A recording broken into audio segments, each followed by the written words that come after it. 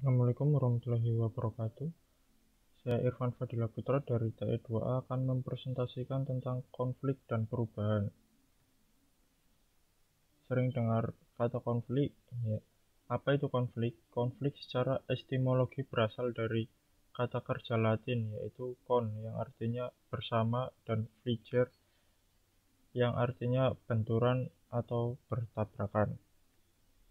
Mengapa konflik dapat terjadi? Konflik dapat terjadi karena disebabkan adanya ketidaksamaan dan kepentingan pribadi dari masing-masing suatu komponen organisasi. Masyarakat pada umumnya merasakan adanya konflik seperti konflik keluarga, konflik wilayah, konflik pribadi, konflik antar negara yang dapat menimbulkan peperangan.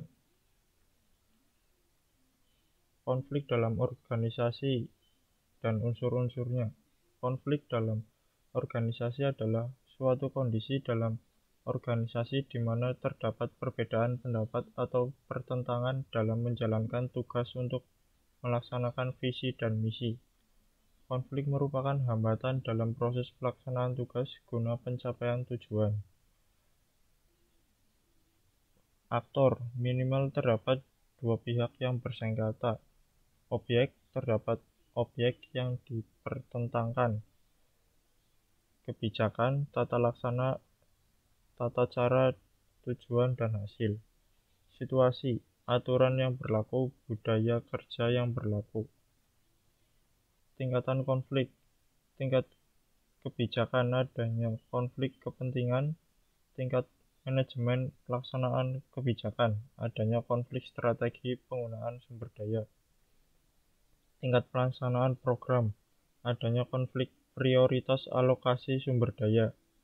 Tingkat pelaksanaan kegiatan, adanya konflik tata laksana dan tata cara pelaksanaan. Faktor dari konflik, faktor yang mempengaruhi yaitu yang pertama ada skala konflik. Semakin luas skala konflik, semakin kompleks dampak negatif yang ditimbulkan. Yang kedua, lokus konflik. Semakin luas lokus konflik, semakin banyak yang terlibat, sehingga semakin banyak yang merasakan dampak negatifnya. Yang ketiga, tingkatan konflik. Semakin tinggi tingkatan konflik, semakin sulit dan kompleks masalah yang ditimbulkan. Dampak dari konflik yaitu ada dua. Yang pertama, dampak langsung, tercipta kondisi lingkungan organisasi yang kurang kondusif, terganggunya mekanisme kerja tim karena terhambatnya hubungan kerja antar anggota. Yang kedua ada dampak tidak langsung, terhambatnya proses pencapaian tujuan organisasi dan menurunnya kinerja organisasi. Bagaimana cara mencegahnya? Cara mencegah konflik yaitu objek pencetus konflik harus disosialisasikan secara jelas. Yang kedua, dihindari adanya kesalahpahaman. Yang ketiga, harus dibagi secara adil dan merata atau fairness. Yang keempat, transparansi perlu dijaga. Cara lanjutannya yaitu menghindari penundaan pelaksanaan menunggu kesiapan stakeholder. Yang kedua, win-win solution. Ketiga, penerapan exit strategi. Yang kedua ada mengurangi dampak.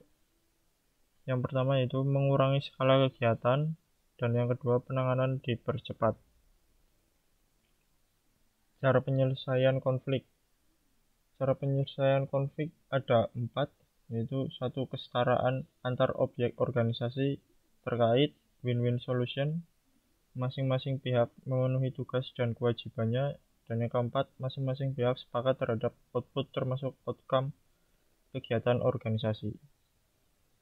Sekian dari saya, kurang lebihnya mohon maaf. Wassalamualaikum warahmatullahi wabarakatuh.